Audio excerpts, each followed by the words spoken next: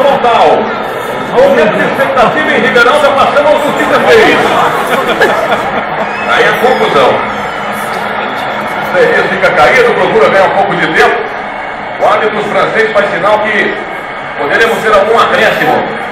Aí o Zé Dias levanta os braços empurrado pelo Roberto Carlos. O árbitro francês pede que a barreira se acomode direitinho no lugar certo.